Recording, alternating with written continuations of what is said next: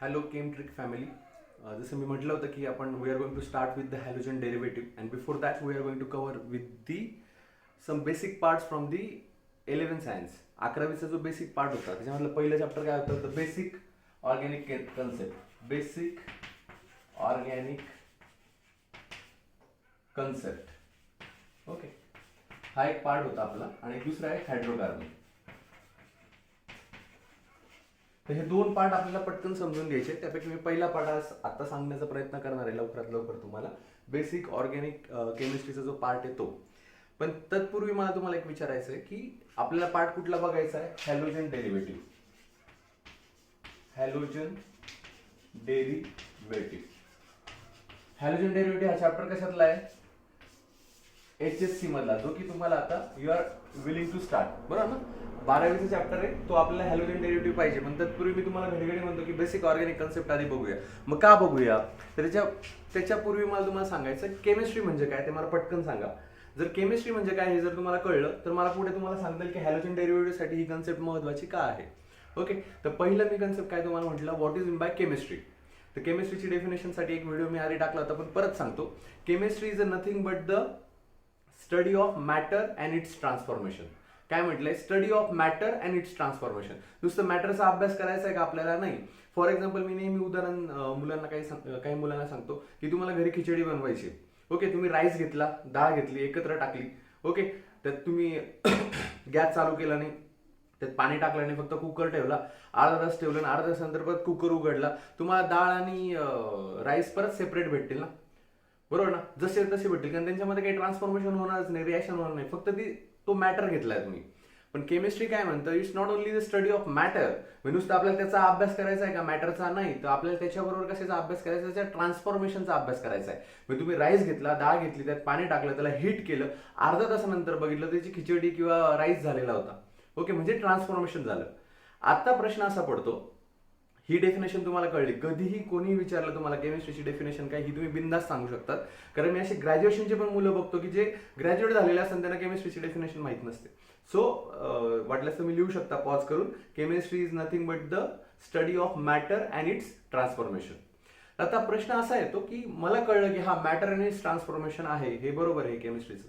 तर मुद्दा असा की मग ट्रान्सफॉर्मेशन का होतं, बरोबर ना. जसं फॉर एक्झाम्पल आपण अभ्यास करतो, आपण 11वी-12वीला जातो किंवा आपण जॉब करतो. मग का करतो, ओके, नुसतं पैसा कमवायला, स्टॅबिलिटी कमवायला, बरोबर ना. ह्या सगळ्या गोष्टी बरोबर आहे. तर मग जर समजा मी ए घेतला आणि बी घेतला, दोघांना एकत्र ठेवलं तर ए आणि बी रिॲक्ट होतात आणि फॉर्म सी.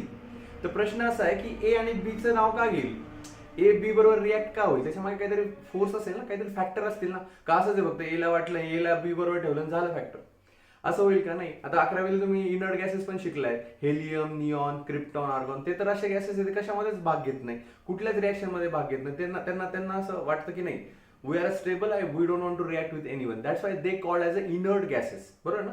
तुमचे कान तयार करतोय मी, कान तयार करतोय म्हणजे केमिस्ट्रीच्या फेजमध्ये तुम्हाला हळूहळू आणतोय. तर मुद्दा असा की ते ए आणि बी रिॲक्ट का होतील. जसं मी आता तुम्हाला म्हटलं ना की ए रिॲक्ट होणार बी बरोबर आणि फॉर्म करणार सी. तर आता प्रश्न असा आहे, ए आणि बी का रिॲक्ट होतील. आता ज्याला ए आणि बी रिॲक्ट का होतील हे कळलं ना, त्याला हॅलोजन डेरिव्हेटिव्ह कळेल. ओके, कारण 12वीचा सिलेबस कसा आहे तो सांगतो मी तुम्हाला. ऑर्गॅनिक केमिस्ट्रीमध्ये तुम्हाला लगेच कळेल की किती सोपं आहे. केमिस्ट्री सोपंच आहे, फक्त तुम्ही त्याचा बाऊ करून घेऊ नका. सोपं कसं आहे ते सांगतो तुम्हाला. पहिला टॉपिक काय, हॅलोजन डेरिव्हेटिव्ह. दुसरं काय, अल्कोहोल, फेनॉल, इथर. इथपर्यंतच थांबूया. आता हॅलोजन डेरिव्हेटिव्ह घ्या किंवा अल्कोहोल, फेनॉल, इथर घ्या. याच्यामध्ये त्यांनी काय दिलं असेल सिलेबसला, त्यांनी पहिलं असं दिलंय की हॅलोजन डेरिव्हेटिव्ह म्हणजे काय, मग त्याची इंट्रोडक्शन काय ते सांगितलंय, कशाला तुम्ही हॅलोजन डेरिव्हेटिव्ह म्हणाल. दुसरा पार्ट त्यांनी सांगितलं की हॅलोजन डेरिव्हेटिव्ह आपण म्हणतोय, तर मग हॅलोजन डेरिव्हेटिव्ह तयार कसा करतात, बरोबर. मग तयार कसं करणार, जसं हॅलोजनचं डेरिव्हेटिव्ह मी पटकन सांगतो म्हणजे तुमच्या डोक्यात राहील.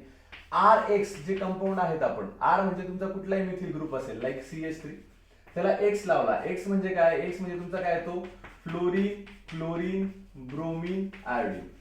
आपण शॉर्टकट मध्ये कसं लक्षात ठेवू शकतो, हे फिर, कल, बाहर, आई, आत्मा. ओके, मग इथं फिर म्हणजे फ्लोरीन, क्लोरीन, ब्रोमीन समजा अटॅच असेल या CH3 ला, that is sp3 कार्बनला. sp3 hybridisation आहे, त्या कार्बनला जर अटॅच असेल तर आपण त्याला काय म्हणणार, हॅलोजन. ओके, डेरिव्हेटिव्ह म्हणजे त्याचे वेगवेगळे कंपाऊंड्स. तर 12वीच्या सिलेबसमध्ये तुम्हाला कसं आहे की तो कंपाऊंड पहिले तयार कसा करायचा, ओके, म्हणजे काय आलं MOP. MOP म्हणजे काय, मेथड ऑफ प्रिपरेशन. मग मेथड ऑफ प्रिपरेशन तुम्हाला सांगता आली पाहिजे की ते तयार कसं केलं. मग त्याच्या तयार करण्याचे किती मेथड असतील, जास्तीत जास्त 6, जास्तीत जास्त 10. ओके, 6 ते 10 मेथड असतील की त्याच्याने आपण तो कंपाऊंड तयार करू शकतो. पहिली मेथड झाली. दुसरी मेथड असं आहे की मग त्याचा गुणधर्म काय, what is the characteristics of that halogen compound. मग तुम्हाला त्याचा गुणधर्म कळला पाहिजे, म्हणजेच काय फिजिकल प्रॉपर्टीज कळल्या पाहिजे. त्याचा मेल्टिंग पॉईंट काय, बॉइलिंग पॉईंट काय, त्याच्यानंतर त्याची रिॲक्टिव्हिटी काय आहे. ओके, त्याचा फिजिकल अपीअरन्स काय, हे मग दुसऱ्या पॉईंटला आपल्याला कळलं पाहिजे. साहजिक आहे ना. समजा आपल्याला एखाद्या व्यक्तीबद्दल माहिती हवी तर आपण काय म्हणणार, अरे हा व्यक्ती, तुझं नाव काय, पहिले विचारणार. नंतर मग तू करतोस काय हे विचारणार. तसंच आहे, तुम्ही हॅलोजन डेरिव्हेटिव्ह पहिले सिंथेसिस करणार, तयार कसा करणार ते बघणार, तयार केलेल्या कंपाऊंडचे फिजिकल प्रॉपर्टी काय ते बघणार.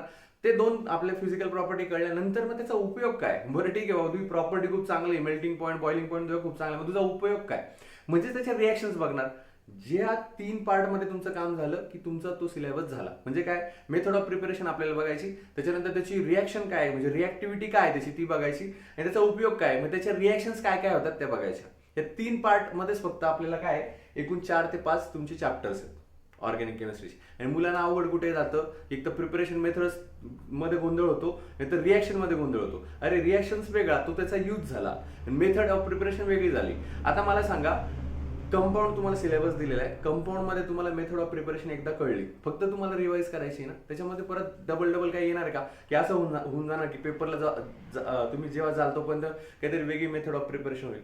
मेथड ऑफ प्रिपरेशन फिक्स आहे, त्या फक्त तुम्हाला 1-2 वेळेस त्याची प्रॅक्टिस करायची. आणि रिॲक्शनला काय होतं, रिॲक्शनला तुम्हाला लॉजिक वापरावं लागतं, कारण सगळे कंपाऊंड म्हणून मिक्स ते काही वेळेस आपल्याला असं अल्कोहोल, फेनॉल, इथर असेल, हॅलोजन डेरिव्हेटिव्ह असेल, कारण हॅलोजन डेरिव्हेटिव्ह तुम्हाला अल्कोहोल, फेनॉल कडे पण जाता येतं. मग त्यासाठी थोडी प्रॅक्टिस लागते, ती पण आपण करून घेणार आहोत. तर आय होप तुम्हाला आता कळलं असेल की मला कुठे मी पॉईंट आउट करतोय, की केमिस्ट्रीची तुम्हाला डेफिनेशन कळली. दुसरं मी असं तुम्हाला विचारलं, ए आणि बी रिॲक्ट होतोय ना, तर मग ए आणि बी का रिॲक्ट होतोय याचं कारण आपल्याला 11वीच्या बुकमध्ये कळतं. मग 11वीच्या बुकमध्ये काय म्हटलंय, some basic concept in organic chemistry. मग ऑर्गॅनिक केमिस्ट्रीच्या काय बेसिक कन्सेप्ट असतील, तर पहिली बेसिक कन्सेप्ट म्हणजे ऑर्गॅनिक केमिस्ट्री म्हणजे काय, मला ते सांगावं लागेल 11वीच्या मुलांना, कारण काय बरेच मुलं बरेच लॉकडाऊनमुळे काही खूप लाईटली घेतलं, त्याला ब्लेम नाही करत मी. पण ऑर्गॅनिक केमिस्ट्री म्हणजे काय होतं, कुठल्या पण केमिस्ट्रीमध्ये ज्याच्यात कार्बन आणि हायड्रोजन आहेत, ओके, मेनली कार्बन, ज्याच्यामध्ये कार्बन आहे असे जे कंपाऊंड आहेत सगळे, त्याला आपण म्हणणार ऑर्गॅनिक केमिस्ट्री. ओके, तर त्याच्यामध्ये काय कन्सेप्ट आहेत वेगवेगळ्या, तर त्या ए आणि बी रिॲक्ट होण्यासाठी एकूण 5 कन्सेप्ट आहेत. त्यापैकी मी काही तुम्हाला आता सांगणार आहे, पण त्याच्यापूर्वी जे काही स्टेप बाय स्टेप घेता येईल ते मी तुमचं लगेच घेतोय. 5 बेसिक कन्सेप्ट आहे, ए बी बरोबर का रिॲक्ट होतो. ओके, त्यातली पहिली कन्सेप्ट आपण बघितलं की inductive effect. Okay, inductive effect नावाचा कन्सेप्ट आहे, तुम्ही वाचायचं किंवा मी सांगणार आहे. इंडक्टिव्ह इफेक्ट आहे. दुसरं काय, रेझोनन्स इफेक्ट आहे. तिसरं काय, हायपर कॉन्जुगेशन इफेक्ट आहे, बरोबर की नाही. हायपर कॉन्जुगेशन आहे, रेझोनन्स इफेक्ट आहे, इंडक्टिव्ह इफेक्ट आहे, आणि अजून 2 प्रकारचे इफेक्ट आहेत, ते आपण ह्या वेळेस पण आपण बघणार आहोत, किंवा याच्यामध्ये दिले असले तर मी तुम्हाला लगेच सांगतो. पण बेसिकली इंडक्टिव्ह इफेक्ट तुम्हाला कळला पाहिजे. ओके, तर हे पण आपण आता थोड्या वेळात घेणार आहोत. पण त्याआधी आपल्याला असं बघायचं की आपण काय बघितलं होतं 11वी मध्ये, की जसं आता एकदम स्टार्ट पासून घेतोय, असं समजा की आता एकदा तुमच्याकडे मॉलिक्युल आहे, जसं आपण सगळ्यांना माहिती असेल अल्किन्स, अल्काइन्स, मी तुम्हाला फंक्शनल ग्रुप पण करायला सांगितले होते. पण आपण एकदम सिंपल बेसिक याच्यावर आता स्टार्ट करतोय. हॅलोजन डेरिव्हेटिव्हच्या पूर्वी आपल्याला काय करायचंय, थोडं बेसिक आपल्याला घ्यायचं. तर आता आपण काय करतोय, समजा अल्किन घेतला, CH4, बरोबर ना. ज्याला काहीच कळत नाही त्याला हे सुद्धा कळलं पाहिजे की हा अल्केन आहे. अल्केन मध्ये काय, कार्बनला काय किती हायड्रोजन लागले, 4 लागले. 1 2 3 4, 4 हायड्रोजन लागले कार्बनला, याला आपण अल्केन म्हटलंय.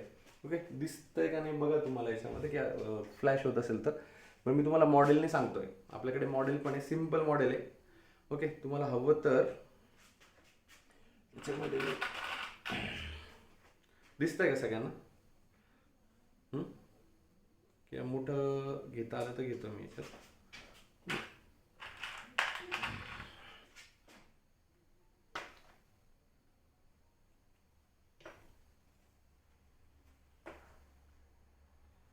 दिसलं मॉडेल.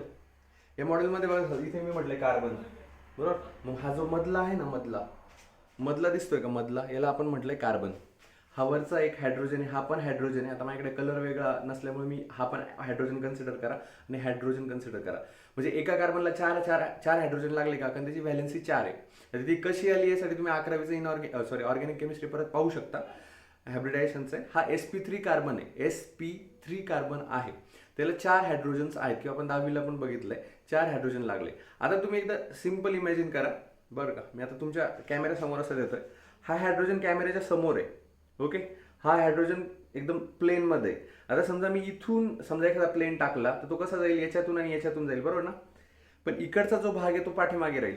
म्हणजे हा जो काही पुढे कार्बन आलाय हा आपण काय म्हणू शकतो की पुढे आलेला आहे, इन फ्रंट ऑफ कार्बन. म्हणजे आपण याला वेज फॉर्म्युल्याने जर दाखवलं, आपण वेज फॉर्म्युला आपण दाखवू लगेच. हा फ्रंटला आलाय, हा इकडचा आहे तो बॅकला गेलाय, आणि हे दोन काय झाले आपले एका लाईनीमध्ये आले, प्लेनमध्ये आले. आता काही म्हणतील की प्लेनमध्ये कसा आला. ओके, समजा मी हा कागद आहे फक्त असं जर टाकला तर बरोबर हे दोनच याच्यात बसतील ना, एका प्लेनमध्येच बसतील असे. त्यामुळे हा प्लेन जर टाकला तर हा पुढे येतो आणि एक मागे येतो. मग आपण काय बघितलं होतं ऑर्गॅनिक केमिस्ट्रीमध्ये, एकदम इनिशियली वेज फॉर्म्युला नावाचा कन्सेप्ट बघितला होता. Wedge formula. मग काय वेज फॉर्म्युला, वेज फॉर्म्युल्यामध्ये सिंपल आपल्याला काय टाकायचं, एक पुढे एक मागे. कार्बन पैकी एक हायड्रोजन जो पुढे, आता जो पुढे त्याला काय दाखवायचा, वेज लाईन ने दाखवायचा. ओके, म्हणजे डार्क लाईन ने दाखवायचा. ओके, आता दोन प्लेन मध्ये तर ते प्लेन मध्ये दाखवायचे, त्याला काही हे नाही. जो पाठीमागे तो डॅश ने दाखवायचा, डॅश. बरोबर, पाठीमागे डॅश ने दाखवला म्हणजे तो पाठीमागचा गेला. हा फ्रंटचा आहे तो फ्रंटचा हायड्रोजन झाला. हा सिंपल आहे, याला आपण व्हेज फॉर्म्युला म्हटलं होतं. आता हे मी काय सांगितलं, कारण बऱ्याच विद्यार्थ्यांना आपल्याला पुढे SN1 SN2 काही मेकॅनिझम बघायचे, त्यावेळेस आपल्याला हा फॉर्म्युला देऊन आपल्याला याच्यावर अटॅक करायचा आहे.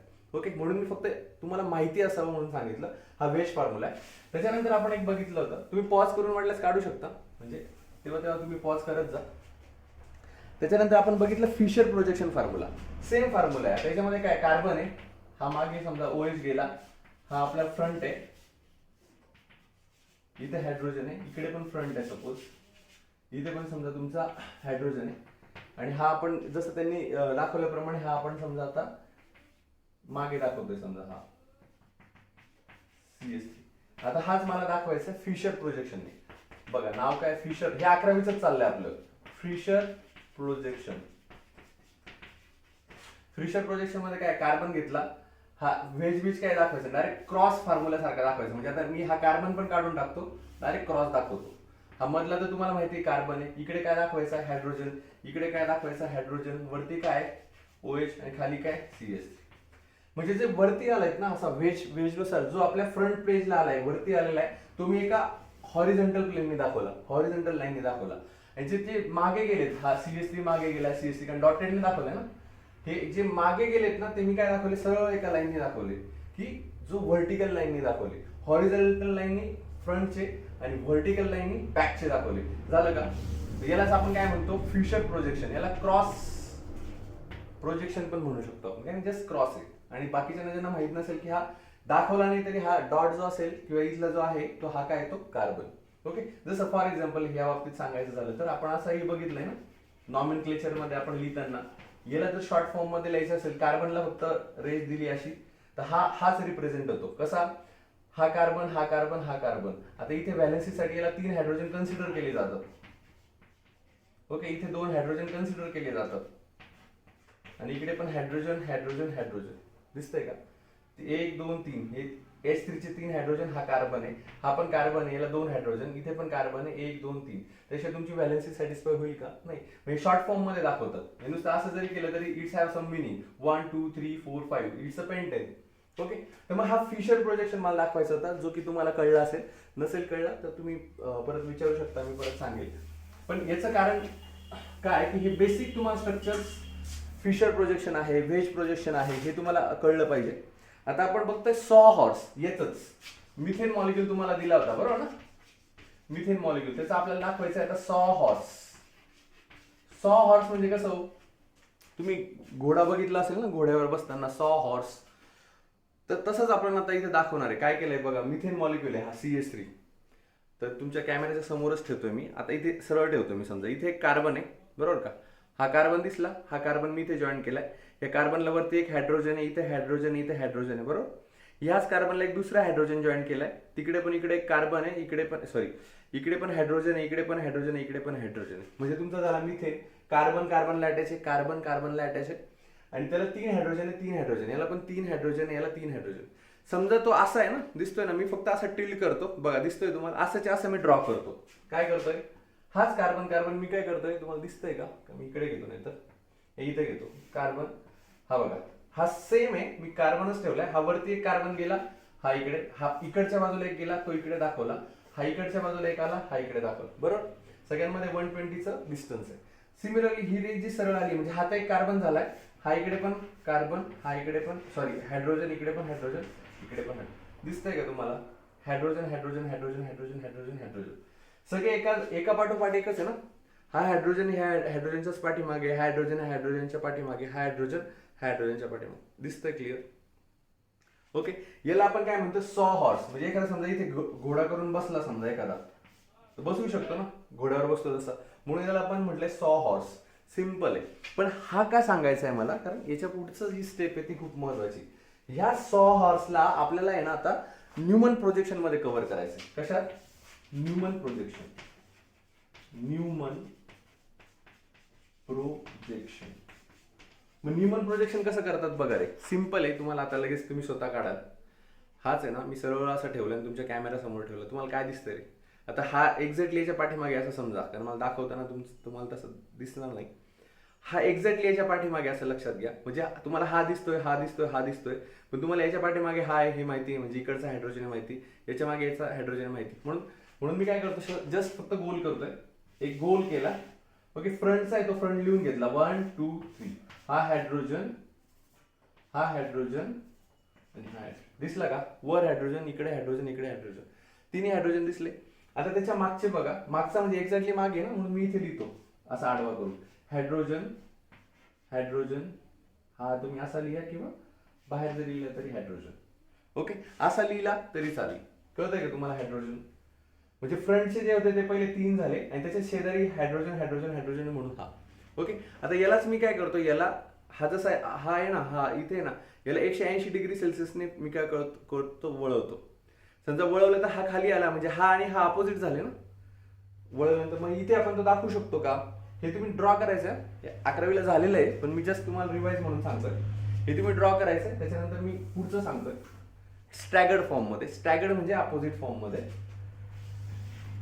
काय झालंय, हा मी फक्त रिव्हर्स केलाय ना, हा इथे, हा इथे, हा इथे, हायड्रोजन हायड्रोजन हायड्रोजन. दिसतोय का? हायड्रोजन हायड्रोजन हायड्रोजन इकडे गेला. आणि हा वरून मला काय दिसतोय, तुम्ही फ्रंट कॅमेरातून बघता, इथून बघितलं तुम्हाला हा दिसतोय. मग मी इकडे काय केलं, हा इथे हायड्रोजन लिहिला, हा इकडच्या बाजूला आला, हा हायड्रोजन लिहिला आणि इकडच्या बाजूला हायड्रोजन. म्हणजे दिसतंय का तुम्हाला? फक्त वळवला. आता हा वळवल्यानंतर परत एका जागेवर येईल ना 180 ने, हा हायड्रोजन परत हायड्रोजनच्या इथे येऊ शकतो. फक्त मी काय केलंय आता, हा फक्त काय केलाय, 180 ने वळवलाय. सिमिलरली म्हणून तुम्ही असा फेज करायचा की इथून तुम्ही बघताय, मग त्यामुळे तुम्हाला हे दिसतंय. ओके, तर याला आपण म्हणतो न्यूमन प्रोजेक्शन. तर मग 4 प्रोजेक्शन बघितले आपण. पहिले काय बघितलं, तुमचा जो होता वेज फॉर्म्युला बघितला. दुसरा आपण फिशर प्रोजेक्शन बघितला आणि तिसरा सॉ हॉर्स बघितला आणि हा लास्ट जो होता न्यूमन प्रोजेक्शन पाहिला. तर हे एक महत्वाचं होतं की जे तुम्हाला आता पुढे लागलं तर लागेल, कारण त्याच्यामध्ये काही गोष्टी आपण जॉमेट्रिकल आयसोमेरिझम असतील किंवा थोडंसं आयसोमेरिझम या पार्टमध्ये आपल्याला हे लागू शकतं. तर हे तुमचं 11वीचं होतं. आता 11वीमध्ये आपण ना काही फंक्शनल ग्रुप बघितले होते, जे की मी तुम्हाला लिहायला लावले होते. ते लिहिलेत का तुम्ही? लिहिले नसतील तर आता मी फक्त काही महत्वाचे फंक्शनल ग्रुप सांगतोय. मला हे का सांगावं लागतंय जीव तोडून, की जेव्हा तुम्ही ऑर्गॅनिक रिएक्शनचा पार्ट सॉल्व्ह करायला घ्याल ना, तर तो मला असं रिमेंबर नको करायला की अरे हा फॉर्म्युला कसला आहे. कारण असं 12वीच्या विद्यार्थ्यांचं शेवटच्या स्टेजमध्ये सुद्धा होतं की त्यांना फंक्शनल ग्रुप कळत नाही. म्हणून मी पटकन देतो, माझ्या पाठोपाठ लिहून घ्या, वेळ घालवू नका. आणि लिहिणं खूप महत्वाचं असतं. काही मुलं म्हणायचे सर आम्ही टाईप केलं चालेल का? तर टाईप करायचं नाही. तुम्ही किती सिरियस आहात केमिस्ट्रीसाठी हे कळतं. तुम्हाला त्यासाठी एक एक फंक्शनल ग्रुप लिहूनच घ्यायचा आहे. पहिली गोष्ट म्हणजे अल्केन. मी महत्वाचेच सांगतोय, जास्त तुम्हाला पाठ करायची गरज नाही. अल्केन म्हणजे काय? CH3 ओके, याचा फॉर्म्युला हवा तर देतो, कारण आपल्याला हा पुढे सीईटी जेई ला लागणार आहे. CnH2n+2. ओके, आता काही म्हणाल सर हे काय नेमकं CnH2n+2. आता हे कार्बनची संख्या किती? 2 आहे, मग n = 2 टाकतो मी. 2 हायड्रोजन 2, 2 2 म्हणजे n इज इक्वल टू 2 टाकला, 2s2 इज 4 म्हणजे हायड्रोजन 4 प्लस 2 म्हणजे काय आलं C2H6. समजतंय का? C2H6 म्हणजे आलं की कार्बन 2 आणि हायड्रोजन 3 आणि 3 6 H6. ओके, हा एक फॉर्म्युला अल्केनचा. अल्केन झालं. त्याच्यानंतर तुमचं काय येतं अल्कीन. अल्कीन मध्ये काय येतं CH2 double bond CH2 double bond आला. पुढे येतं अल्काईन. बघा अल्काईन मध्ये काय YNE आहे शेवटी, इथं ENE आणि इथं ANE. तुमचं काय आला CH ट्रिपल बॉन्ड CH, हा तुमचा आला अल्काईन. ओके, हे माहिती तुम्हाला म्हणून सांगतो. पुढचं बघा समजा फेनॉल घ्या, फेनॉल नाही अल्कोहोल घ्या. अल्कोहोलला काय असेल ओल दिसतोय का तुम्हाला? ओएल म्हणजे तुम्हाला फक्त OH ग्रुप लावायचा शेवटी, म्हणजे ROH. म्हणजे फॉर एक्झाम्पल CH3 तर शेवटी लावा OH. काय आलं तुमचं CH3OH म्हणजे काय आलं तुमचं अल्कोहोल, म्हणजे हा OH ग्रुप लावलाय, हा तुमचा आला मिथेनॉल. ओके, फेनॉल असेल तर तुमचं काय येतं अरोमॅटिक रिंग असते. ओके, ही अरोमॅटिक रिंग आहे तुमची बेन्झिनची आणि त्याला काय लावलंय आपण OH. दिसतंय का OH, that is phenol. Okay, त्याच्यानंतर तुमचं काय येतं अल्कोहोल, फेनॉल, इथर. इथर मध्ये काय येतं ऑक्सिजनला मध्ये घ्यायचं, इकडच्या बाजूला R लावायचं आणि इकडच्या बाजूला पण R लावायचं. ओके, RR म्हणजेच काय तुमचा CH3O CH3, जसं डायमिथिल इथर. ओके, म्हणजे O ग्रुप मध्ये दिसला आणि दोघीकडे RR दिसलं, तुम्ही त्याला काय म्हणणार इथर. हे एवढे महत्वाचे ग्रुप झाले का? अजून फक्त 2 महत्वाचे ग्रुप आहेत जे की तुम्हाला माहिती पाहिजे. 2 नाही 3, आणि ते म्हणजे महत्वाचं aldehyde. RC double bond OH हा ग्रुप दिसला का? C डबल बॉन्ड OH हा H एकटा आहे बरोबर ना, कोणाबरोबर आहे कार्बोनिल ग्रुप बरोबर आहे, आणि इकडे तुम्ही R ठेवला, याला आपण म्हणणार अल्डिहाइड. बरोबर, म्हणजे तुम्हाला हा ग्रुप दिसला तर डोळे झाकून म्हणायचा हा अल्डिहाइड आहे. ओके, पुढे समजा मी लिहिलं RC डबल बॉन्ड OR, इथे हायड्रोजन नाहीये, इथे फक्त RR आहे, त्याला डोळे झाकून म्हणायचं कीटोन. दिसतंय का? R ग्रुप आहे, याला काय म्हणणार तुम्ही कीटोन, म्हणजे अल्डिहाइड कीटोन. आणि पुढचं काय येतं तुमचं acid, RC double bond OH that is acid. म्हणजेच काय कार्बोक्सिलिक ऍसिड, कार्बनचं डेरिव्हेटिव्ह येतो, that's why we called it as a carboxylic acid. RC double bond OH. Getting up to this. मग हे फंक्शनल ग्रुप तुमच्या एका फ्रंट पेजवर लिहून घ्या. अजूनही आहे त्याच्यामध्ये, जसं सायनाइड फंक्शनल ग्रुप आहे, अमाइन. आता तुमच्या सिलेबसला अमाइन पण आहे, RNH2. R ला तुम्ही NH2 ग्रुप लावला असेल ना, याला आपण काय म्हणतो अमाइन. यात पण आहे प्रायमरी अमाइन, सेकंडरी अमाइन, पण ते तुम्हाला कळेल. पण पहिले प्रायमा फेसी तुम्हाला कळलं पाहिजे की हा अमाइन आहे, हा कीटोन आहे, हा ऍसिड आहे, हा अल्डिहाइड आहे, काही फेनॉल आहे, इथर आहे, अल्कोहोल आहे, हे तुम्हाला कळले पाहिजे. त्यानंतर काही नायट्रो कंपाऊंड आहे, म्हणजे NO2 ग्रुप लावला असेल तर नायट्रो कंपाऊंड. पण आता जे फळ्यावर लिहिले ते तरी तुम्ही मेमोराईज करा, म्हणजे तुम्हाला हळूहळू सवय होईल. आता पुढचा पार्ट आपण घेतोय, म्हणजे ही सगळी रिव्हिजनच चालली, सिंपल आहे. आता तुम्हाला काय करायचं ते सांगतो, मग माझा पुढचा पार्ट घेतो. तुम्हाला 2 पार्ट फक्त रिवाइज करायचे. एक म्हणजे IUPAC नेम करायचं. IUPAC नेम म्हणजे IUPAC नेम जसं सगळ्यांना माहिती असेल, म्हणजे जसं आपण बारसं घालतो तसं प्रत्येकाचं बारसं घातलेलं आहे कुठल्या केमिकलचं. जसं माझा एखादा मित्र समजा अमेरिकेत आहे, मी इंडियामध्ये आहे, तर मी एखादं संशोधन केलं आणि मी सांगितलं का रे मी हे कंपाऊंड वापरलं होतं, आणि पण ते त्याला कळलं पाहिजे की ते कुठलं कंपाऊंड आहे. तर मी भारतामध्ये त्या कंपाऊंडला XYZ म्हणायचं आणि तो त्याला YZX म्हणायचा. तर मग काय होईल त्याच्यानंतर ते जे रिझल्ट आहेत ते रिप्रोड्यूस होणार नाही. ओके, सायन्स काय म्हणतं की तुम्ही पृथ्वीवर कुठेही रिएक्शन केली ती रिपीट व्हायला पाहिजे. मग त्याचे पॅरामीटर्स दिलेले असतात, कुठल्या प्रेशरला, कुठल्या याला, आणि त्याचं नाव प्रॉपर दिलेलं असतं. तर मग IUPAC नेम मध्ये ना आपल्याला union of pure and applied chemistry, that is international union for pure and applied chemistry, सगळ्या देशाचे लोक एकत्र जवळ बसले, त्यांनी सांगितलं की नाही का काय नाव ठेवावं प्रत्येक कंपाऊंडचं, त्याचे काहीतरी नियमावली दिले. ओके, तर त्या नियमावली तुम्ही काय करायचं स्वतः वाचून काढायचं एकदा. तर तो पार्ट आपल्या बऱ्याच वेळेस रिपीट होणार आहे आपल्या ह्या सिरीजमध्ये आपल्या, त्याच्यामुळे ते तुम्हाला परत कळेल. पण त्याच्यामध्ये वेळ घालू नका, कारण मी बरेच मुलं असं बघितलं की ऑर्गॅनिक केमिस्ट्री किंवा केमिस्ट्रीचा अभ्यास घेतला, IUPAC नेमला आले, त्यांना बरंच थोडा प्रॉब्लेम आला की ते तिथून सोडून देतात. मग जो महत्वाचा आणि स्कोरिंग मार्क आहे तो राहतो, कारण IUPAC नेम तुमचं JEE असो CET असो त्याला 1 किंवा 2 मार्कालाच येतं. ओके, मग त्यासाठी फक्त सर्टन नियम आहेत. मग नियम कसे की आडनाव शेवटी लिहायचं, जसं माझं नाव काय राहुल मोरे, मोरे मी शेवटीच लिहिलं ना, तसं IUPAC नेम मध्ये पण जे महत्वाचे कंपाऊंड असेल त्याची जी पॅरेंट त्याचे जे मॉलिक्युल्स आहेत त्याचं आडनाव आपण शेवटी लिहितो, सबस्टिट्यूशन आधी लिहितो. मग ते सिंपल नियम आहेत, ते तुम्ही एकदा वाचा. आणि नाही कळले तर मी त्याच्याविषयी एक सेपरेट व्हिडिओ टाकेल. त्याच्यानंतर अजून एक तुम्ही पार्ट करायचा आहे तो म्हणजे आयसोमेरिझम. हे 2 पार्ट फक्त 11वीचे तुम्ही वाचून घ्या. हे मला लगेच याला लागणार नाही आहे हॅलोजन डेरिव्हेटिव्हला, म्हणून त्याविषयी मी आता बोलत नाही. हॅलोजन डेरिव्हेटिव्हला आता काय लागणार आहे मी ते सांगतो. तुमच्या 11वीच्याच पार्ट मध्ये टाइप ऑफ क्लिवेज, बरोबर ना, हे तुम्हाला माहितीच पाहिजे. Type of cleavage, 2 type of cleavage. Cleavage म्हणजे काय? क्लिवेज म्हणजे ब्रेकिंग, बरोबर ना, ब्रेकिंग ऑफ दॅट बॉन्ड. आता बॉन्ड तयार होताना बऱ्याच जणांचं कन्फ्युजन असतं, सर बॉन्ड मध्ये नेमके किती इलेक्ट्रॉन्स असतात. तर बॉन्ड जर तयार करायला, कोव्हॅलंट बॉन्ड जर तयार करायचं असेल त्याच्यामध्ये 2 इलेक्ट्रॉन्स असतात, बरोबर ना. आता समजा मी घेतला AB's घेतो, म्हणजे तुम्हाला लवकर कळेल. A आणि B घेतला तर हा एक आणि हा एक, असे 2 इलेक्ट्रॉन्स येतात नाही का, शेअर होतात. ते they are mutually share with each other. त्याच्यानंतर तुमचा कोव्हॅलंट बॉन्ड तयार होतो, बरोबर.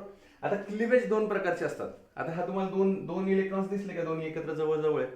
आता काय होईल, A आणि B काय म्हणतात की अरे बाबा आपलं काही आता जमत नाहीये, तर आपण काय करू, ब्रेकअप करूया. मग ब्रेकअप करण्यासाठी तो काय म्हणतो की ठीक आहे, मग ब्रेकअप करताना दुजा इलेक्ट्रॉन काय करायचं, दोन्ही माझ्याकडे देतो का दोन्ही सेपरेट करायचं. आता B आणि A दोघांचं, B त्याच्यामध्ये म्हटलं नाही हो, मी माझा इलेक्ट्रॉन घेणार, मला बाकी दुसरं काही नकोय. मग ते काय इक्वली त्यांनी ब्रेक केलं, बरोबर. आता मी एकच ॲरो दाखवतोय, नीट लक्षात घ्या, खाली दाखवतो वाटलं चमकत असेल बोर्ड तर.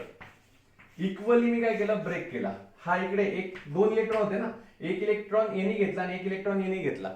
ओके, तर हा काय म्हणायचा याला, होमोलॅटिक फिशन किंवा होमोलॅटिक क्लिवेज.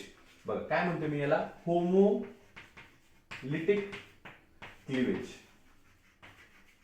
समजलं का, दोन्ही एकत्रच झाले. म्हणजे ते याच्यावर A वर हा रॅडिकल आला, B वर रॅडिकल आला, काय तयार झाला रे, रॅडिकल. A रॅडिकल आणि B रॅडिकल, 2 रॅडिकल तयार झाले की नाही. ओके, तर मग याला जे इक्वली ब्रेक झाले त्याला आपण काय म्हणतोय, होमोलिटिक क्लिवेज. समजा इक्वली नसते झाले तर काय झालं असतं बघा, A आणि B. समजा B म्हटलं असतं अरे मला दोन्ही देऊन टाक इलेक्ट्रॉन्स, मग हे 2 इलेक्ट्रॉन समजा डायरेक्ट याच्याकडे आले असते, A कडे काहीच राहिलं नसतं, याच्यावर आला असता पॉझिटिव्ह चार्ज आणि B वर आला असता निगेटिव्ह चार्ज, बरोबर की नाही. आता मुद्दा असा आहे की तुम्हाला काय कळायला पाहिजे याच्यामध्ये, असं आहे की यांची स्टॅबिलिटी कळली पाहिजे, की कोणाची स्टॅबिलिटी किती असेल किती नाही. तर त्याविषयी मी आता सांगायला तयार आहे, पण व्हिडिओज मोठा होईल, त्यामुळे थोडा पेशन्स ठेवा तुम्ही. मी सांगतो आता तुम्हाला लगेच, कारण हे रिव्हिजनच आहे, हे केल्याशिवाय तुम्हाला कळणार नाही. आता बघा आपण काय बघतोय, तुम्हाला होमोलॅटिक क्लिवेज कळलंय. हेट्रोलिटिक क्लिवेज मध्ये काय तयार होत आहे, डायरेक्ट कटायन आणि आनायन तयार होत आहे, बरोबर का. हेट्रोलिटिक, हेट्रो म्हणजे काय, हेट्रोलिटिक क्लिवेज म्हणजे असमान भाग झाली. ते दोन्ही इलेक्ट्रॉन काय झालं, B कडेच झालं, A कडे पॉझिटिव्ह चार्ज झाला.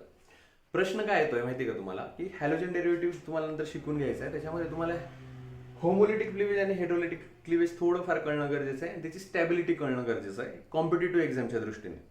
मग मला सांगा, होमोलिटिक याच्यामध्ये स्टॅबिलिटी कोणाची जास्त असू शकते.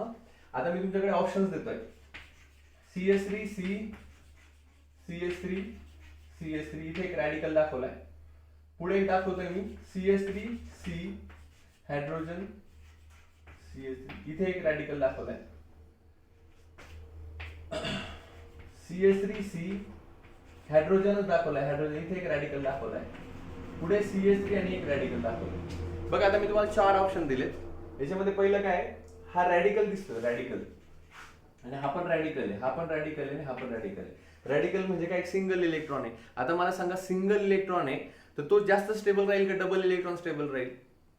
सिंगल इलेक्ट्रॉन म्हणजे तो तुटून एकटाच आहे ना आता शिल्लक, त्याला अजून एक इलेक्ट्रॉन हवाय to gain a negative charge किंवा टू गेन अ स्टॅबिलिटी, बरोबर ना. तर इथे काय झालंय की जेव्हा तुमचा रॅडिकल असतो तेव्हा ते sp2 कार्बन मध्ये जातो. काय आला हा sp2. जेव्हा तो sp2 कार्बन मध्ये जातो तेव्हा काय होतं की त्याला मोर इलेक्ट्रॉन डोनेटिंग ग्रुपची आवश्यकता असते. आणि इथे काय होतं माहिती का, CS3A, CS3A, CS3 हे इलेक्ट्रॉन डोनेटिंग ग्रुप आहेत. काय करतात, इलेक्ट्रॉन्स देतात. आणि हा याच्याकडे एकच आहे, त्यामुळे त्याला जितके इलेक्ट्रॉन्स देणारे जास्त असतील तितके त्याला काय असतं, ऍडव्हान्टेज असतं. त्याच्यामुळे काय झालं, हा टर्शियरी रॅडिकल आहे ना, हा मोर स्टॅबिलाइज होतो. ओके, त्याच्यानंतर हा सेकंडरी बघा 1 2, ह्या कार्बनला किती 1 2च कार्बन अटॅच आहे ना, देअरफॉर इट सेकंडरी. ह्या कार्बनला 3 होते 1 2 3, देअरफॉर हा टर्शियरी होता. टर्शरी सेकंडरी हा काय आला प्रायमरी, आणि हा काय आला तर काय CS3 हा तर तुमचा नेटिव्हच आहे. ओके, तर सांगायचं तात्पर्य असा, जो रॅडिकल फॉर्मेशन होणार आहे तुमच्या हॅलोजन डेरिव्हेटिव्ह मध्ये पण जेव्हा Cl तुमचा बाहेर पडेल, जो काही रॅडिकल तो स्टॅबिलाइज केव्हा असतो, तर it is stabilise by plus I effect. म्हणजे काय, more donating effect, more electron donating effect. म्हणजे जितके तुम्हाला ब्रांचेस जास्त CS3 असतील तेवढा तो काय होईल, जास्त स्टेबिलाइज होईल. म्हणजेच काय, फॉर एक्झाम्पल समजा इथे समजा रॅडिकलच्या वेळी मी इथे आता असा धरतो की इथे ना रॅडिकल तयार व्हायचं, इथे मी Cl टाकतो. ओके, आता Cl मला ब्रेक करायचा, हा याला द्यायचा, हा याला द्यायचा, तर हा Cl इझिली ब्रेक होईल आणि हा रॅडिकल इथे इझिली तयार होईल. तर का तयार होईल माहिती का, कारण की इथे बाकीची त्याला हेल्पफुल भरपूर आहेत, त्यामुळे त्याची स्टॅबिलिटी जास्त वाढेल. याविषयी वाटल्यास मी सेपरेट तुम्हाला स्टॅबिलिटी ऑफ रॅडिकलचं परत सांगेल. आता फक्त हा एक थोडासा फेज लक्षात ठेवा की टर्शरी इज मोर स्टेबल. पुढे बघा, A प्लस आणि B प्लस म्हणजे इथे काय होतं, हेड्रोलिटिक फिशन. आता याची पण आपल्याला काय बघायची, स्टॅबिलिटी बघायची. समजा आता बघूया आपण CS3Cl आहे, डायरेक्ट याच्यामधलं उदाहरण घेतो मी, CS3Cl हॅलोजन डेरिव्हेटिव्ह मध्ये. समजा Cl तुटला आणि CS इकडे आला, तर Cl ला काय निगेटिव्ह चार्ज आला, CS3 ला काय आला, पॉझिटिव्ह चार्ज आला. बरोबर. आता तुम्हाला ऑप्शन दिलेले, समजा Cl CS3 CS3 CS3. आता समजा हा Cl तुटला, बघा हा पण तुटला आणि इकडे आला, म्हणजे हेड्रोलिटिक म्हणतोय, त्यामुळे हे दोन्ही इलेक्ट्रॉन्स तो काय करेल, स्वतःकडे घेऊन जाईल. तर मग आता काय येईल बघा, CS3 याच्यावर आला पॉझिटिव्ह चार्ज आणि इकडे आला तुमचा Cl चा निगेटिव्ह चार्ज. मला सांगा हा जास्त स्टेबल आहे का हा CS3 प्लस जास्त स्टेबल आहे? ओके, समजा तुमच्याकडे पाहुणे आलेले आहेत आणि तुमच्या पाहुण्यांपैकी पाहुण्यांनी सांगितलं की आम्हाला 10 लाख रुपये द्या, तर हा CS3 काय म्हणतो, ठीक आहे मी देऊन टाकतो. ओके, त्यांनी देऊन टाकला, समजा हे 10 लाख रुपये त्यांनी देऊन टाकले, त्याच्याकडे बॅकअपला काही आहे का, नाही. आणि हायड्रोजन काही बॅकअपला एवढा स्ट्रॉंग नाही येतो, तर याच्याकडे कोणीच राहिलं नाही, हा स्वतः एकटाच राहिला. पण इकडचा CS3 बॅकअप म्हणजे समजा ह्या कार्बनला 3 रिलेटिव्ह आहे किंवा 3 भाऊ आहेत, 1 2 3, आणि कोणीतरी एखादा नातेवाईकांना तो म्हटलं की आम्हाला 10 लाख रुपये द्या, इथे त्यांनी 10 लाख रुपये देऊन टाकले, स्वतःकडे पॉझिटिव्ह चार्ज आला ना, Cl देऊन टाकला म्हणजे याच्याकडे पॉझिटिव्ह चार्ज आला. पण याच्याकडे जरी पॉझिटिव्ह चार्ज आला तरी याला बॅकअपला 3 भाऊ आहेत ना, त्यामुळे हा मोर स्टेबल राहील. समजते का, दिस कार्बोकॅटायन इज मोर स्टेबल. म्हणजेच काय, हायड्रोलिटिक याच्यामध्ये कार्बोकॅटायनची स्टॅबिलिटी आपल्याला कशी समजणार आहे, टर्शरी इज मोर स्टेबल, त्याच्यापेक्षा कमी सेकंडरी, त्याच्यापेक्षा कमी प्रायमरी. आता हा बघा, हा प्रायमरी पण नाही, direct positive charge native carbocation येतो तुमचा. त्याच्यावेळी तुम्ही असं पण कन्सिडर करू शकता, CS3 CS2Cl, हा Cl समजा निघून गेला, काय येईल तुमचं CS3 CS2 पॉझिटिव्ह चार्ज, म्हणजे हा तुमचा आला प्रायमरी. पण याला बॅकअपला एकच आहे ना, पण याला बॅकअपला 3 आहे, 1 2 3, त्यामुळे हा मोर स्टेबल आहे as compare to this one. म्हणजे याच्यामध्ये तुम्हाला काय कळतंय, हॅलोजन डेरिव्हेटिव्ह मध्ये आपण आल्यानंतर आपल्याला फक्त एवढं लक्षात घ्यायचंय की कार्बोकॅटायनची स्टॅबिलिटी टर्शरी, सेकंडरी आणि मग प्रायमरी. ती का जर कळलं नसेल तुम्ही कमेंट्स करा, मी परत एकदा सेपरेट व्हिडिओ कार्बोकॅटायनच्या स्टॅबिलिटीवर टाकेल. रॅडिकलचं पण आहे टर्शरी, सेकंडरी आणि प्रायमरी अशी स्टॅबिलिटी आहे. आणि 11वीचं बुक तुम्ही रेफर करा हवं तर याच्यासाठी, परत हेट्रोलिटिक फिशन्स अँड होमोलिटिक फिशन याच्यासाठी. तिसरा पार्ट आहे, 11वीच चाललंय अजून आपलं, फक्त रिवाइज करून देतोय. 11वी मध्ये असं सांगितलंय तुम्हाला, एक गोष्ट कळली पाहिजे, ते म्हणजे इलेक्ट्रोफाइल आणि न्यूक्लिओफाइल. इलेक्ट्रोफाइल आणि न्यूक्लिओफाइल ही कन्सेप्ट मे बी तुम्हाला नवीन असू शकते, काहींनी अभ्यास केला असेल त्यांना सोपी. इलेक्ट्रोफाइल म्हणजे काय की त्यांना इलेक्ट्रॉन्स हवेत. ओके, इलेक्ट्रोफाइल फाइल म्हणजे कमी असते, ही इलेक्ट्रोफाइल त्याला इलेक्ट्रॉन्स कमी असण्यापेक्षा त्याला आवड असणे असं म्हणते की त्याला इलेक्ट्रॉन्स भरपूर हवेत. आता फॉर एक्झाम्पल इथे मी लिहितो, किंवा यांचं एखादं एक्झाम्पल आपण घेऊया कार्बोकॅटायनचं. कार्बन याच्यावर आला पॉझिटिव्ह, याच्यावर आला हायड्रोजन, याच्यावर आला हायड्रोजन, काय आला, याच्यावर पॉझिटिव्ह चार्ज आहे ना, म्हणजे याला काय हवं, इलेक्ट्रॉन्स हवेत, therefore I called it as a electrophile. त्याच्यामध्ये एक दुसरं आहे काय, न्यूक्लिओफाइल. समजा मी NHH अमोनिया घेतलं, तुम्हाला माहिती आहे का नायट्रोजनवर नेहमी लोन पेअर असतो due to its formation of bonding property. 11वीला केमिकल बॉन्डिंग पण आहे, त्यातही तुम्हाला याचं उत्तर कळेल. नायट्रोजनवर काय लोन पेअर आहे, आता याच्याकडे लोन पेअर ऑलरेडी अवेलेबल आहेत ना, म्हणजे पेअर आहेत, तर हा न्यूक्लिओफाइल म्हणून ऍक्ट करतो. मग न्यूक्लिओफाइल म्हणजे काय, त्याच्याकडे रिच इन इलेक्ट्रॉन्स, हा रिच इन इलेक्ट्रॉन आहे. आता मला सांगा तुम्हाला हे कळलं पाहिजे की इलेक्ट्रोफाईल मध्ये इलेक्ट्रॉन्स कमी आहे, न्यूक्लियोफाईल मध्ये इलेक्ट्रॉन जास्त आहे. आता ज्याच्याकडे जास्त आहे तो कमीवर अटॅक करेल ना, म्हणजे हा काय होईल, न्यूक्लियोफाईल कॅन अटॅक ऑन कार्बोकॅटायन, होऊ शकतं की नाही अटॅक. तर स्टार्टिंगचं आठवं तुम्हाला, मी सांगितलं तुम्हाला विचारलं होतं, म्हटलं का ऑर्गॅनिक केमिस्ट्रीमध्ये ट्रान्सफॉर्मेशन होतोय ना, ए बी वर रिॲक्ट होतोय, मग का होतोय, काहीतरी त्याच्या मागे फॅक्टर असेल ना, तर तो फॅक्टर बघा. इथे एक फॅक्टर दिसतोय का, हा इलेक्ट्रोफाईल आहे, न्यूक्लियोफाईल आहे, याच्याकडे इलेक्ट्रॉन जास्त आहे, याच्याकडे कोणीच नाही, मग हा याच्यावर अटॅक करणार की नाही. मग तुम्ही याला म्हणा ए, याला म्हणा बी, आलं. हा एक त्याच्या मागचा मुद्दा असू शकतो की नाही. म्हणजेच तुम्हाला काय करावं लागणार आहे आता, रिॲक्शन मेकॅनिझम जे आपण हळूहळू पुढे शिकत जाणार आहोत, तर तुम्हाला हे कळलं पाहिजे कोण कोणावर अटॅक करणार आहे. मग तुम्हाला हे लक्षात पाहिजे की न्यूक्लियोफाईल विल अटॅक ऑन इलेक्ट्रोफाईल, म्हणजे हा अटॅक होतोय, का होतोय, कारण याच्याकडे जास्त इलेक्ट्रॉन्स आहे, याच्याकडे कमी इलेक्ट्रॉन्स आहेत. देअरफॉर हा लगेच म्हणेल हा ये बाबा अटॅक कर, that's not much big deal for him also. त्याच्यानंतर आपला एक शेवटचा आताचा जो पार्ट बघायचा आहे तो म्हणजे इंडक्टिव्ह इफेक्ट, जो की तुम्ही सगळ्यांनी बघायचा आहे. फक्त तुम्हाला होमवर्क काय की तुम्ही हा छोटासाच पार्ट आहे पण आपण नंतर बघणार आहोत, रेझोनन्स इफेक्ट बघून घ्या एकदा. ओके. आणि दुसरं एक बघावं लागेल की हायपर कॉन्ज्युगेशन. आता हे दोन्ही पार्ट आहेत ना एकदम सोपे, याच्यामध्ये हायड्रोजन शिफ्ट होतो, रेझोनन्स मध्ये बॉन्ड्स फिरतात. ओके, हे दोन्ही पार्ट सोपे, पण मी याच्यासाठी सेपरेट व्हिडिओ टाकेल, समजा मला ज्या पॉइंटला वाटेल की तुम्हाला ते लवकर कळलं पाहिजे. पण हॅलोजन डेरिव्हेटिव्ह मध्ये हे आपण आता नाही घेतलं तरी चालेल, आपण हे लेटर पुढच्या काही चॅप्टर्स मध्ये परत घेऊया. आता आपल्याला बघायचं इंडक्टिव्ह इफेक्ट, जो की तुम्हाला कळलाच पाहिजे. इंडक्टिव्ह इफेक्ट बघा, इंडक्टिव्ह इफेक्ट मध्ये काय, आता शक्यतो लक्षात घ्यायचं, तर आपण हॅलोजन डेरिव्हेटिव्ह बघणार आहे. एक्स इज इक्वल टू काय, एक्स म्हणजेच काय, फ्लोरीन, क्लोरीन, ब्रोमीन, आयोडीन. आता समजा मी CH3 ग्रुपला समजा मी क्लोरीन अटॅच केलाय, कळतंय का, CH3 ग्रुपला मी काय अटॅच केलाय, क्लोरीन. आता मला सांगा, तुम्हाला पिरियोडिक टेबल माहिती आहे ना, पिरियोडिक टेबलला मी काय सांगतो तुम्हाला नेहमी, बेसिन ऑफ, लक्षात ठेवायचं, boron, carbon, nitrogen, oxygen, fluorine.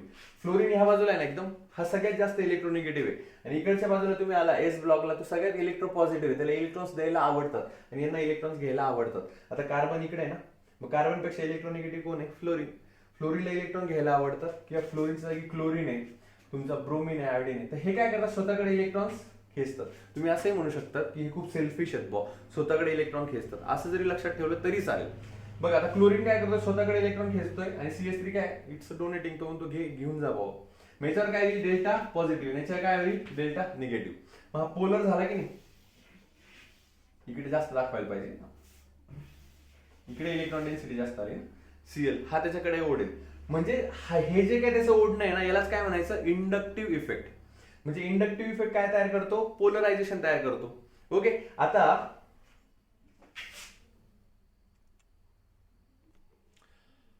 Light गेली ती मध्ये, सॉरी फॉर दॅट.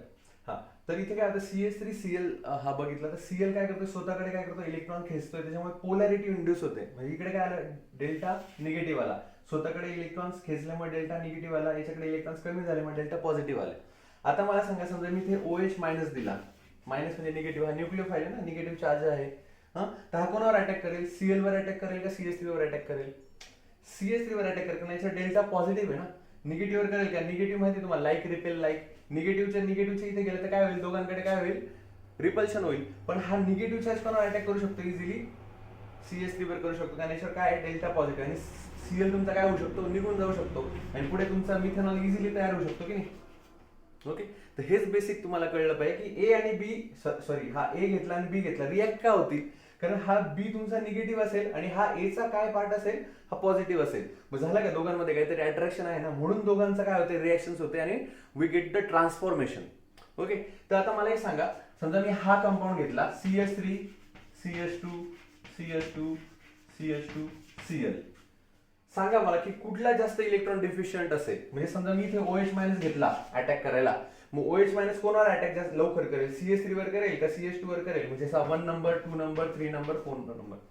तर OH मायनस कोणावर अटॅक करेल, CH2 वर करेल का 2 नंबरच्या CH2 वर करेल का 3 नंबरच्या करेल का 4 नंबरच्या करेल, तर पहिल्या नंबरच्या याला करेल का, कारण इथे सगळ्यात जास्त इलेक्ट्रॉन डिफिशियंट होईल ना, हा सगळे इलेक्ट्रॉन खेचून घेतोय कोण, तुमचा Cl मायनस. मग त्याच्या शेजारी काय सगळे इलेक्ट्रॉन कोण देत आहे, हा CH2, मग त्याच्यापेक्षा हा कमी, त्याच्यापेक्षा हा कमी. ऍक्च्युली इंडक्टिव्ह इफेक्ट फक्त तुमचा 3 कार्बन पर्यंत राहतो, फर्स्ट सेकंड थर्ड. 4ला त्याचं काही अस्तित्व जाणत नाही. म्हणजे समजा एखाद्या तुम्ही गोष्टीला ओढताय ना, तर तुमच्या जवळ जो असणार आहे तो त्याला जास्त ओढणार तुम्ही, त्याच्या पुढे मग तो बॅकअपचा त्याला ओढणार हळूहळू, बरोबर की. तर इथे हा काय होतं, मोर इलेक्ट्रॉन डिफिशियंट आहे डेल्टा प्लस. मग CH2- काय करेल, इथे त्यांचा अटॅक लवकर करेल आणि Cl निघून जाऊ शकतो. ओके, तर आय होप तुम्हाला इंडक्टिव्ह इफेक्ट कळला असेल. ज्यांना नसेल कळला, 11वीचं फक्त तुम्हाला बुक उघडायचंय. हे लेक्चर मी त्यासाठीच केलं होतं की ऑलरेडी तुमचा याच्यासाठी तुमचा अभ्यास झालाय असा होप मी आशा करतो. पण नसेल झाला तर तुमच्या कानावरून तर गेलं ना इंडक्टिव्ह इफेक्ट काय आहे, रेझोनन्स तुम्हाला वाचायचंय, हायपर कॉन्ज्युगेशन वाचायचं. हे ब्रीफली वाचा, जास्त वेळ न घालू. पण त्याच्या आधी आपण इलेक्ट्रोफाईल न्यूक्लिओफाईल बघितला. मग काय बाबा त्याचे एक्झाम्पल्स काय आहेत. त्याच्यानंतर सीसॉस काय, त्याचे स्ट्रक्चर्स आपण बघितले ते काय ते बघा. आणि एक महत्वाचा पार्ट म्हणजे IUPAC नेम. जर समजलं तर ठीक आहे, नाही तर मी सेपरेटली तुम्हाला IUPAC नेम पण सांगेल. तर आता इथपर्यंत आपण थांबतोय आणि उद्या हायड्रोकार्बनचा काही पार्ट असला तर तो मी घेईल आणि नंतर आपण लगेच हॅलोजन डेरिव्हेटिव्ह सुरू करणार आहे. आणि आय ट्रस्ट मी की हॅलोजन डेरिव्हेटिव्ह फक्त आपण 7 दिवसात संपवणार आहोत. ओके, 7 दिवसामध्ये तुम्हाला त्याची मास्टर की येऊन जाईल की अरे हा हॅलोजन डेरिव्हेटिव्ह झालाय, 12वीचा पहिला टॉपिक आपला झालाय. ओके, आणि आपलं टार्गेट आहे की आपल्याला महाराष्ट्रातल्या ग्रामीण जे विद्यार्थी आहेत त्यांच्यापर्यंत पोहोचायचं. एकूण 5 लाख विद्यार्थ्यांपर्यंत आपल्याला या माध्यमातून पोहोचायचंय. त्यांना जास्तीत जास्त केमिस्ट्रीचा लाभ आपल्याला करून द्यायचा आहे. तर आपलं टार्गेट आहे की 5 लाख मुलांपर्यंत आपल्याला पोहोचायचंय. त्यामुळे तुम्ही पण जास्तीत जास्त विद्यार्थ्यांना सांगा. का सांगा, कारण की जेव्हा तुम्ही जास्त मुलांना सांगाल ना, तर ते मुलांचे काही डाऊट्स पुढे येतील. त्याच्यामुळे आपलं केमिस्ट्री अजून चांगलं होईल आणि आपण एक कॉम्पिटिशन मध्ये जाऊ त्यांच्या, की त्या लेवलला पण आपण अभ्यास करू. नाही तर आपल्याला समजा कॉम्पिटिशनच आपल्याला साध्या मुलांची, तर आपण तितक्या हाय लेवलला विचार करणार नाही. म्हणून जास्तीत जास्त विद्यार्थ्यांपर्यंत जा, म्हणजे आपल्याला हाय लेवलपर्यंत रीच होतंय. So we stop at this stage and stay motivated. Thank you.